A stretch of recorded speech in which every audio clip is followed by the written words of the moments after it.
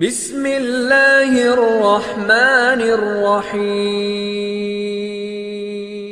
حدثنا عبد الله بن يوسف قال أخبرنا مالك عن هشام بن عروة عن أبيه عن عائشة أم المؤمنين رضي الله عنها أن الحارث بن هشام رضي الله عنه سأل رسول الله صلى الله عليه وسلم فقال: يا رسول الله، كيف يأتيك الوحي؟ فقال رسول الله صلى الله عليه وسلم: أحيانا يأتيني مثل صلصلة الجرس وهو أشده علا فيفصم عني وقد وعيت عنه ما قال، وأحيانا يتمثل لي الملك رجلا فيكلمني فأعم يقول.